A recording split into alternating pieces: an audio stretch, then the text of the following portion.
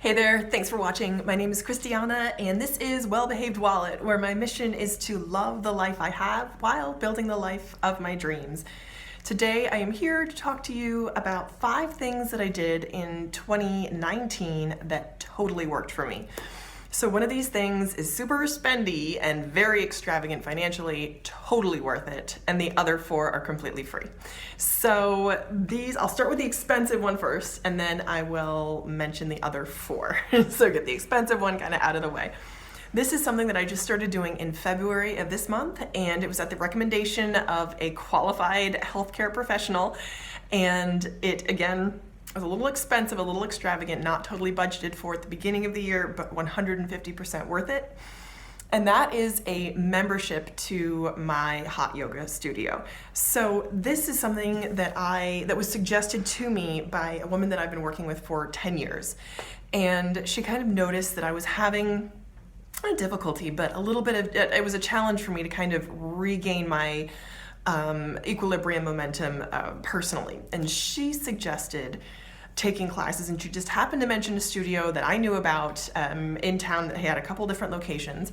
And she's like, well, why don't you try taking a class here? Now, to kind of give you some background, I am not someone who likes being hot at all. I prefer being cold because you can always put more clothes on. I don't like the summer.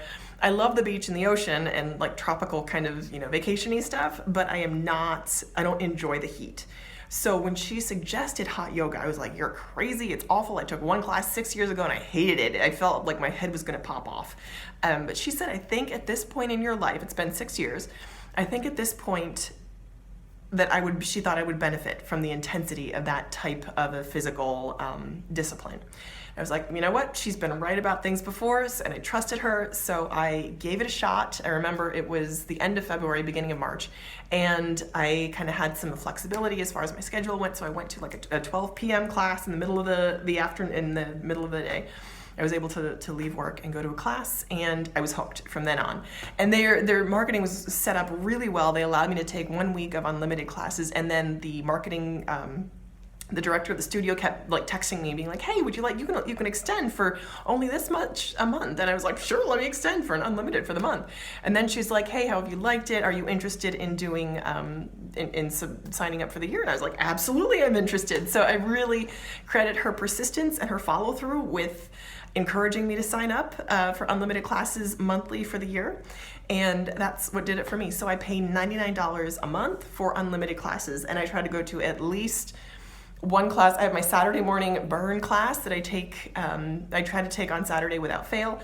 And then I try to go to at least one extra during the week. And they have a really convenient schedule. They have early morning classes. They have classes at like 5:30, so right after work. So it really works out well for my schedule.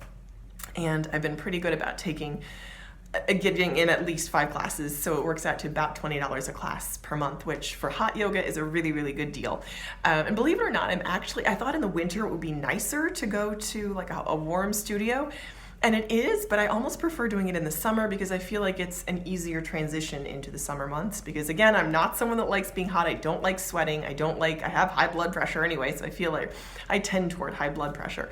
So I feel like any type of like heat is not super beneficial for me, but I love this, and it's something I have seen such a difference in my body, just full off. Like I have done nothing else prior to in the first 3 months. So from maybe March to June, I hadn't done anything different in my diet other than my standard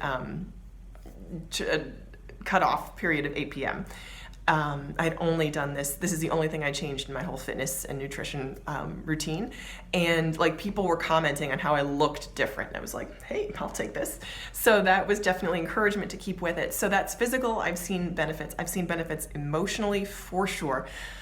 I just feel a lot more calm, centered, and able to deal with the world around me. Definitely. And then third, I've seen some benefits socially. I feel like for me, because people say, well, you can just kind of do your yoga in your room, and you can, but for me, there's such benefit to being around people who are also very fitness minded and who are determined to kind of get through this very challenging, very difficult workout, and who've made a commitment to this type of a workout. And I love being in contact with those types of people. And I'm not someone that stays around and chats after class at all. Like I'll say a hello and goodbye and that's it. And you start to see some of the same people, and I like doing that, but it's not something that I like seek out. And yet I've noticed that being in space with other people, for me, especially as someone who's kind of prone to anxiety and who's not necessarily an extrovert, I'm very much an introvert, meaning it takes energy for me to interact with the world around me. I've seen huge benefits. So that is number one of the best things that worked for me in 2019, and it is kind of extravagant. So here are the other things that worked for me in 2019, and they cost nothing. So number 2 is running a cash grocery budget. So at the end of October, I did that kind of grocery experiment because I noticed myself overspending, and I went to all cash in October, and I stayed all cash in November, and I'm sticking with all cash in December, and that had been one of the biggest things that allowed me to stick with my grocery budget. And I'm not super happy about that, although I know it works. I don't love carrying around cash, and it can be kind of inconvenient when you're like, oh, I don't have the money, but I want to buy this. However, that's what it's designed to be. It's designed to be inconvenient and painful. So really that discipline of having this thing that's like inconvenient and not the easiest has really encouraged me to stay within my grocery budget, and that has 100% worked. And I've kind of come to like it and see it as like a fun challenge instead of something that's like awful that I hate. That has definitely helped in my grocery budget. And I would estimate that I saved anywhere from between 20 to 50% of my groceries, and it's just me. So I think that my grocery budget's $200 kind of fixed for the month. I think that's pretty reasonable. It's not super low, it's not super high. Sometimes some months I go over, but like actually for October, November, December, especially for like these high volume holiday months, I've stayed right at that. So I'm pleased with that, and that's for sure worked, and something I intend to continue for the next going into 2020. So the third thing has been network and outreach or connections as far as business goes.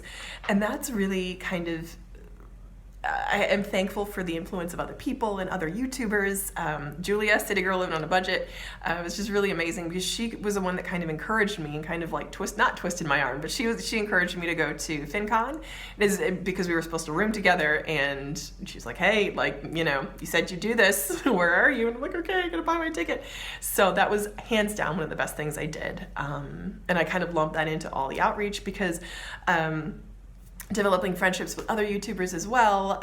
Kate Caden and Mary from Pennies Not Perfection and Rachel Lynn as well have been amazing friendships that I've developed this year, and have just been amazing things that have worked for me this year. And again, something I hope to continue in 2020. Doesn't cost a thing. FinCon costs money, but that's different. Making connections does not cost money. Advancing your business may require some investment, but that has for sure worked. And the last 2 things are also in the area of friendships, and I'm noticing them coming into sort of existence around the holidays. I've seen that these things have started to happen, and I've kind of, in some ways, been intentional and in other ways not. And that's to do with either intentionally pursuing friendships that might be challenging to pursue, and the second one was to cut down on friendships that I might enjoy but just don't necessarily align with my personal goals at the moment. So for intentionally pursuing friendships, I'll go with that one because it's a little more challenging. So at the end of last year, the beginning of this year, I had two friends, one friend in particular who I'd known for almost 10 years and really love her. We've been with each other through some really pretty difficult times. But she kind of said something that rubbed me the wrong way completely. And I was like, it didn't hit me until like weeks later. Like when someone says something and you're like, wow, and you kind of have to process it. And you're like after a week, I was like, wow, that really hurt and was not what I wanted to hear. And I kind of don't want to talk to her anymore. And it wasn't necessarily even something that was like tough love, because I'm all about tough love. But this was like giving her comment on a situation that had already happened that I couldn't do anything about, that was not beneficial. Like it didn't encourage me to take any beneficial action. What I needed to hear was, I'm sorry, that sucks. And what she said was like, oh, that's dumb. Or like, oh, well, yeah, that person's not worth your time. And I was like, I care about that person. Like, don't tell me that. Like, so And that was tough at the beginning of the year. And as a result, I kind of started distancing myself from her and also like that entire friend circle. And I would say there are like 10 to 15 people in that friend circle that I love, that are amazing, that encourage me to be better, that challenge me in good and productive ways. But because of that comment, it kind of made me view the whole circle as like not great. And I found myself like kind of a little bit hating her, which is not good. So I really had to kind of like look within myself and say, hey, did she mean this badly? No. And it was a kind of thing where I felt like I couldn't really say anything to her because it wouldn't, like, what would it achieve? And she's kind of got her own life things going on. Like, she was struggling to get pregnant, and she's now pregnant. She's probably due any day now. And I decided in the end, I was like, I felt like I was taking this situation too personally. Like, she did not mean anything ill by it. I'm positive. And had I said something, I know that she would have most likely been very apologetic, because I know she didn't mean to hurt my feelings. I know that. So I just kind of made the grown-up decision to suck it up and keep moving, but intentionally say, hey, I want to stay friends with her. And so I got together with her, and I'd kind of like in October thought it over, and I was like, well, maybe I want to say something to her and mention something. And then she suggested inviting another friend over. We were going to go out for dinner, and I was like, you know what, let it be. So I did, and I really felt positive and good and proud of myself for like getting over my own childishness, because that's what it was. It was me being petty and immature. So I feel like I'm giving myself a pat on the back for pursuing that friendship, even though it was tough. And hopefully staying friends with that group of friends. So that was a positive thing for sure, and that really worked. And the other thing is kind of more challenging, pursuing friendships that, or choosing not to pursue friendships that just didn't align with where I was. And that came out because there were 2 different activities on the same day. That was this past Sunday, and I was like, it was tough because I loved both group of friends, but I looked at the group of friends that I'm like, if I look at them and say, in 5 years, who do I want to be like? And I made the decision to choose the group of friends that I wanted to be like.